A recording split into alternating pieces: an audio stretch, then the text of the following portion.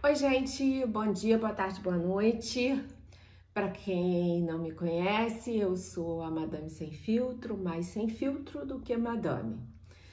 Eu estava preparadíssima para conversar com vocês sobre a minha estada na Finlândia. Eu tô até com o vídeo pronto, com curiosidades, com tudo que diz respeito a esse país e a essa cidade e algumas que eu fui que são maravilhosas e que são muito diferentes da nossa realidade.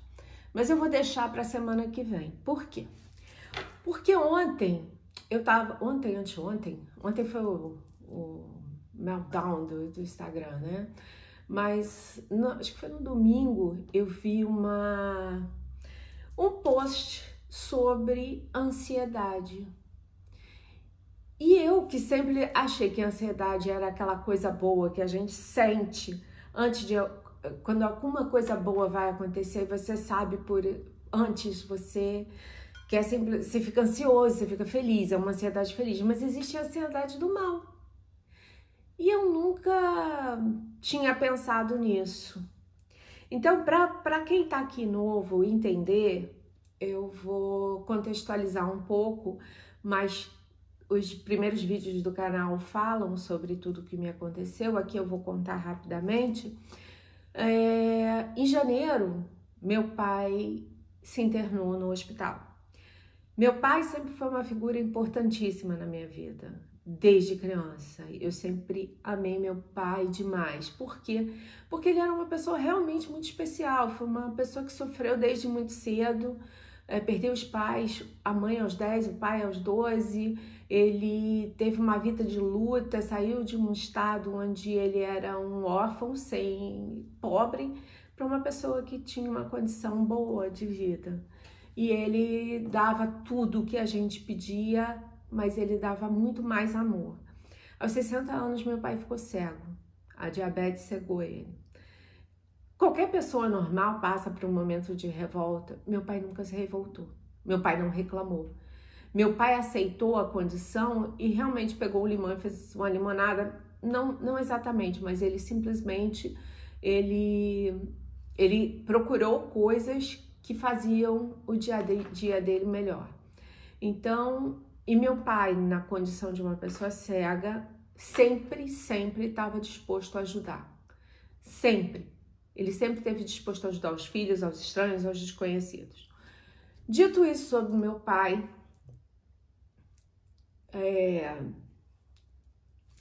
ele internou em dia 23 de janeiro e foram longos meses até 18 de abril, quando ele faleceu. Ele sofreu muito. Meu pai morreu sem que a gente pudesse escutar a voz dele, porque ele estava traqueostomizado, acho que é essa palavra. Bom, isso me causou uma dor profunda, porque quando você é pai e mãe, quando você se torna pai e mãe, pai ou mãe, você entende que você ama aquela pessoa, teu filho, mais do que qualquer outra pessoa. E foi muito difícil essa quebra desse contato, porque meu contato com meu pai era diário. E esse amor foi para o outro lado. E eu tenho certeza que ele tá me vendo de lá. Bom, quando eu trombei com essa coisa de ansiedade, eu me vi nessa situação. E eu vou explicar por quê. Mas eu acho que o mais importante é dizer o seguinte: eu não sou médica, eu não estou falando de uma forma médica, eu não sou psicóloga, eu não sou uma pessoa autorizada a falar, eu estou contando a minha história. E se você se identificar com ela, procure a ajuda de um profissional. É importantíssimo. Saúde mental a gente meio que larga pra lá, mas se você não tiver saúde mental, você não tem saúde física. Então, meu pai faleceu. Eu era casada, meu marido sempre foi uma pessoa muito bacana, muito correta. E no dia 11 de maio, me lembro porque é aniversário de uma moça que eu amo, ele entrou no quarto e me disse que ele não estava feliz, que ele ia embora. Eu só disse tchau, eu não tinha nada para dizer. Então, eu acho que eu levei tanta pancada que eu não tinha condição de me defender de outra, mesmo que pudesse. Então, de repente, eu me vi trocada por uma mulher 20 anos mais nova, e essa é a vida. Vamos embora. Então, com isso, eu comecei a viver de uma forma diferente. Eu tinha uma vida tranquila, financeiramente estável. Então, de repente, eu tive que aprender em algumas semanas a lidar com o que eu não lidei a vida inteira. Então, é um processo de estresse muito grande, é um processo de incerteza muito grande, é um processo de rejeição muito grande, de dor. Então, foi tudo assim, vupt. Como sabe quando você bota um negócio com álcool, põe um fósforo, o negócio vai a chama alta e você, por um instante, acha que o lugar vai pegar fogo e não a chama baixa? Pois é. Então, eu tive que aprender a lidar com isso. O que aconteceu? O que eu me peguei fazendo e achando que era a solução? Eu tinha preocupação, e tenho, claro, de ter uma vida estável financeiramente que me permita não perder a casa onde eu moro. Eu não quero isso. Então, a minha luta toda, eu criei canais, escrevi livros, eu fiz de tudo para conseguir alguma coisa em um tempo recorde. E isso fez com que eu não descansasse em nenhum momento. Então, eu acordava, ia para o estúdio, ia fazer minhas mandalas, eu tinha horário, terminava às 18, às 18 eu pegava o livro até onde eu aguentasse, porque eu fazia companhia também dos cachorros, e não me sentia no direito de tirar 10 minutos para descansar. Então, eu tinha que estar escrevendo o livro, tratando no meu Instagram da Lume Mandalas, cuidando do meu Instagram pessoal, reparando os canais que eu tenho no YouTube, que é esse e o da Lume Mandalas, e tudo com muito desespero. E aí, isso para mim era, eu estou sendo focada, eu estou conseguindo, eu vou conseguir. Meu mantra nesse momento eu vou conseguir. Mas agora eu estou tentando aprender com o que eu passei, a lidar com esses sinais que eu não reconhecia como ansiedade, eu reconhecia como foco, e é insanidade. Então, com tudo isso, com toda quando eu comecei a entender, e isso faz 2 dias, vocês têm que me dar um desconto, que isso é quase que um processo neurótico, mas eu não sei se essa nem é a palavra, mas eu estou me dando conta e tentando me proteger. Como é que eu vou me proteger? Sabendo com o que eu vou me livrar disso, que ferramentas eu tenho para diminuir o meu estresse. Então vamos colocar a primeira situação. Eu tinha uma situação presente, que era uma situação péssima. Eu tinha uma situação passada que era ótima, mas era dolorosa, porque envolvia uma pessoa que não estava mais na minha vida. E eu tinha uma situação futura que eu não sabia qual era. Então, assim, no geral, estava tudo uma M muito grande. A minha vida, de repente, virou um pântano. Eu não sabia mais para onde eu ia. Como é que eu ia ficar com a cabeça de fora de tanta lama, de tanta sujeira? Mas eu consegui botar a minha cabeça de fora. E aí, antes de vir para cá, você, para se vacinar, antes de chegar na Europa, você tem que estar vacinado, você tem que ter o PCR negativo. E aí, eu marquei para fazer o PCR. Só que eu ia marcar no laboratório e o laboratório talvez não me entregasse no prazo que eu queria, porque eles tinham uma preocupação do exame ser no dia anterior. Aí eu marquei na farmácia, que me disse que me dava o resultado em 15 minutos. Eu chego na farmácia, não faz esse tipo de teste. Eu não conseguia respirar. Eu tive uma crise que eu pensei que ia morrer, ter um infarto, ia cair dura. E eu não conseguia respirar, e eu respirava curto. E isso só acabou quando eu estava na fila do laboratório drive-thru do Downtown, na Barra, e eu entendi que eu conseguiria o que eu queria. Então, são sintomas, são coisas que aparecem, são sinais que aparecem e que você não sabe como lidar. Eu anotei, como não é um assunto que eu domino, eu anotei algumas coisas que caracterizam esse estado de ansiedade, né? E da onde eles vêm. Eu já contei a vocês o meu cenário e agora eu vou passar para uma coisa mais genérica, né?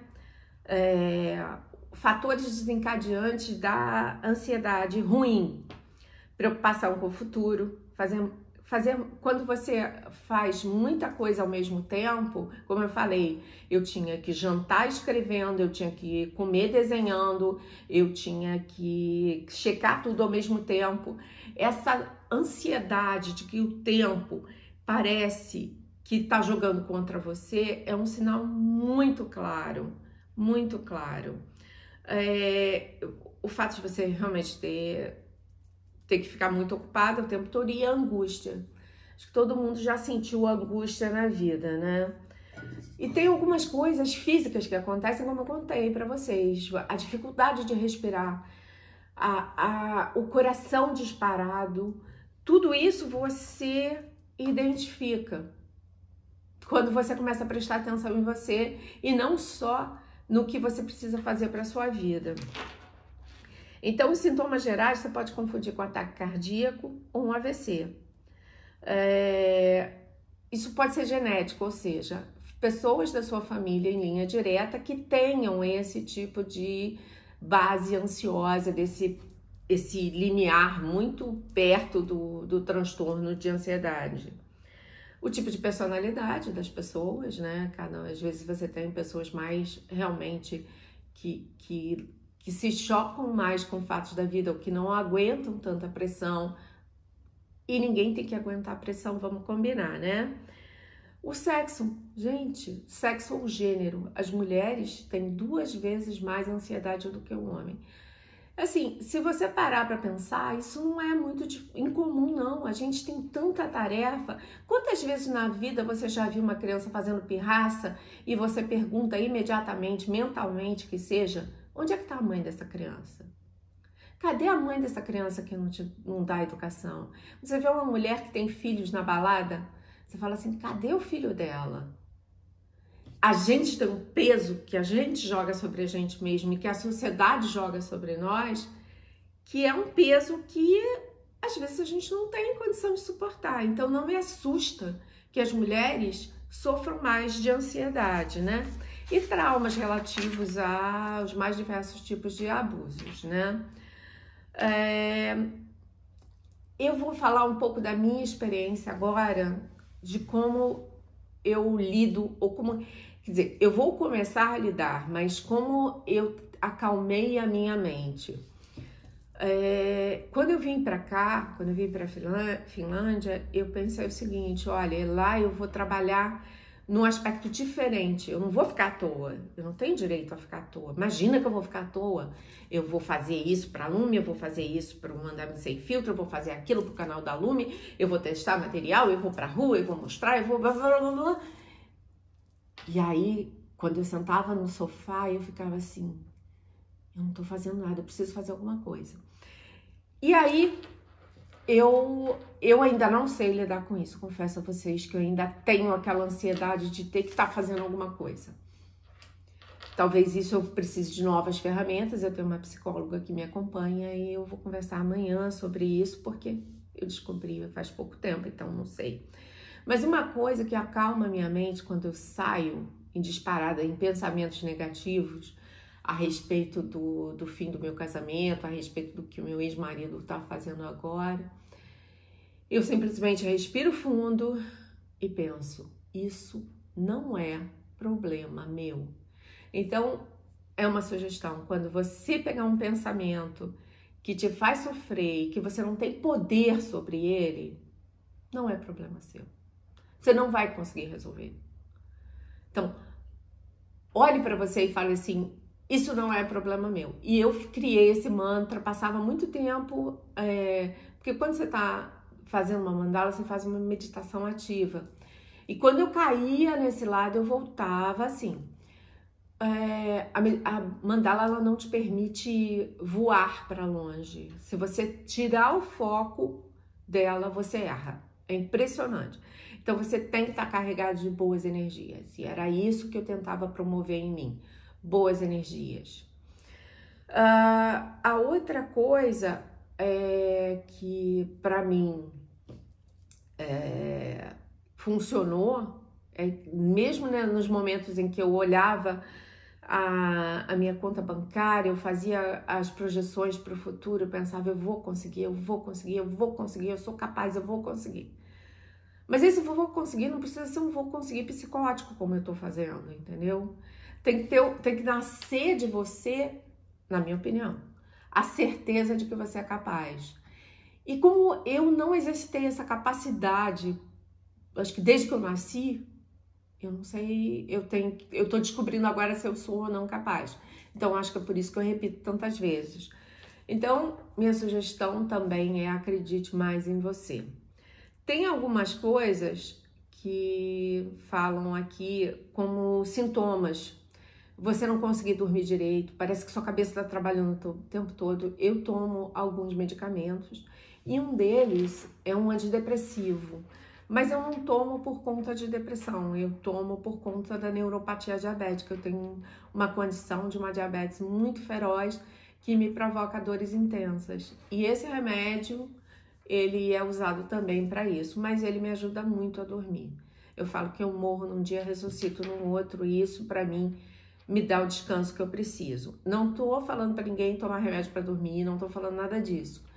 Mas eu, por exemplo, para dormir, para iniciar o sono, eu ponho uma música relaxante, uma música tranquila, eu respiro, eu medito, sabe? Eu busco paz interior.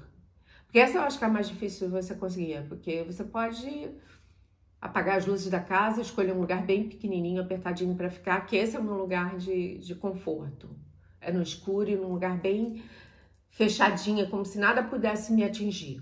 Adorava, quando eu era pequena, brincar dentro de caixas de televisões. As caixas de televisões eram quadradas, grandes. Eu adorava entrar ali e ficar e me sentia ultra protegida. Então,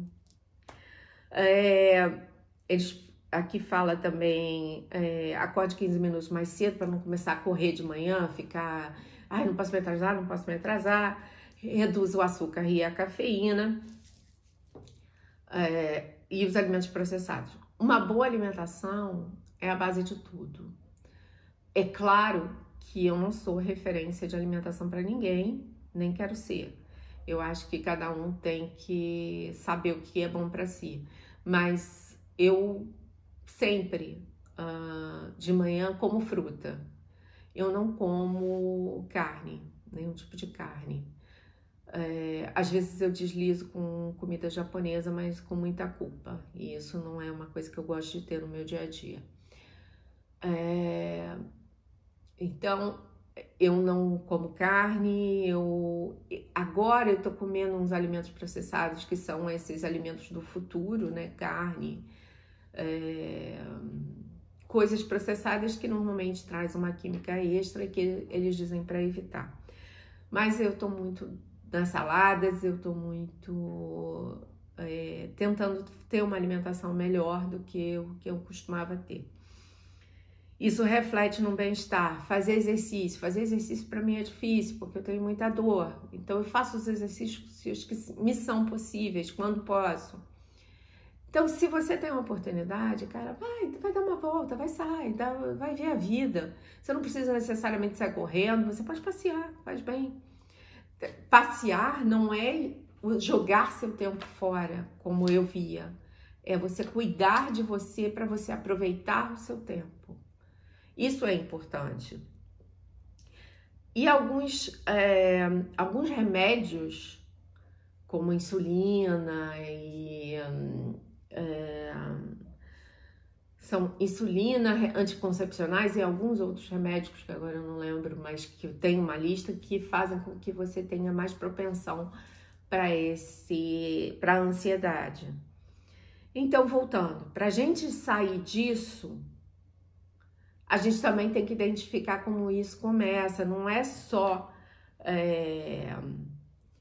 o que aconteceu comigo, né? Taquicardia, isso aqui.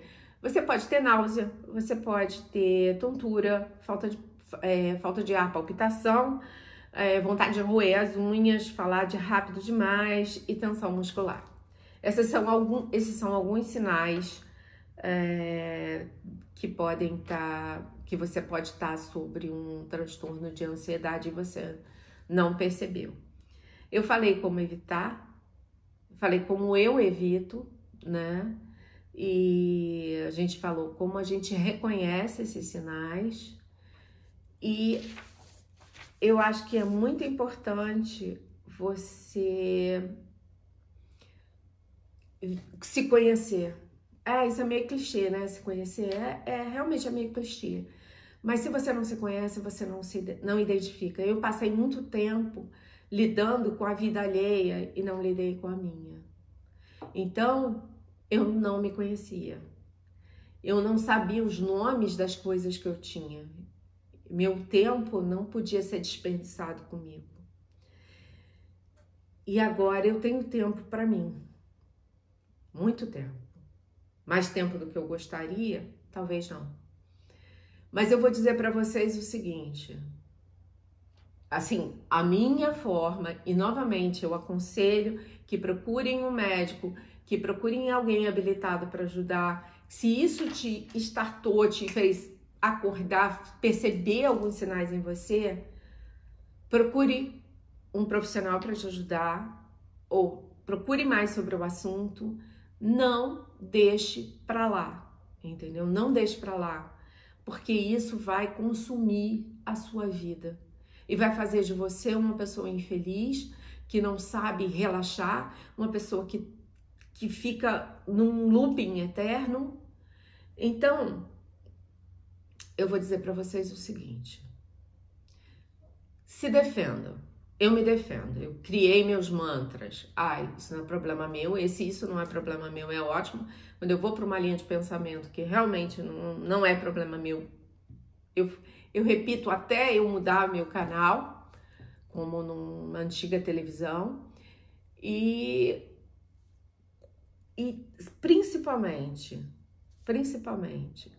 se socorram, sabe? Se seu trabalho não tá bom, eu sei que a gente está vivendo uma crise de emprego, procure alguma coisa que você gosta, desenvolva uma habilidade, mude de área, sabe? Se calce, se prepare. Eu tô pegando a vida pelos cabelos aos 57 anos. Eu fiz aniversário. Eu tô pegando a vida pelos cabelos aos 57 anos. Eu não tenho mais tanta vida para pegar e nem tanto cabelo para achar, sabe? Os cabelos são ralos, eu puxo, eles arrebentam. Então, para mim tem sido uma luta diária. E agora, entendendo em 2 dias o que está acontecendo comigo, eu vou procurar ferramentas, e muitas delas eu citei aqui, que me ajudem a diminuir esse estado de ansiedade.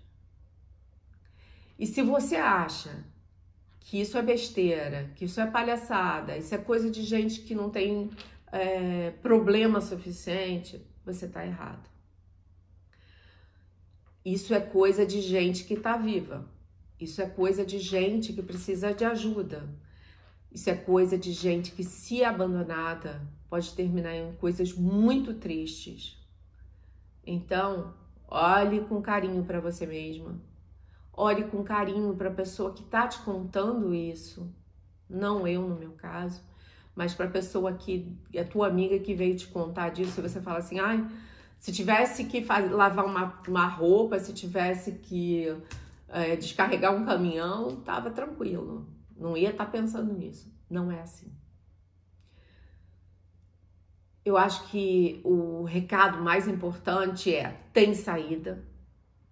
Você merece respeito. Encontre a saída. Eu vou procurar a minha.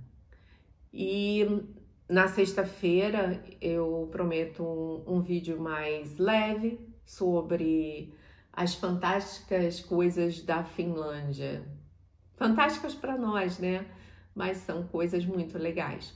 Então, me aguardem no próximo vídeo e pensem nisso que eu contei para vocês. Isso pode salvar uma vida. E procurem um médico se perceberem isso. Procurem ajuda profissional. Não deixe para lá.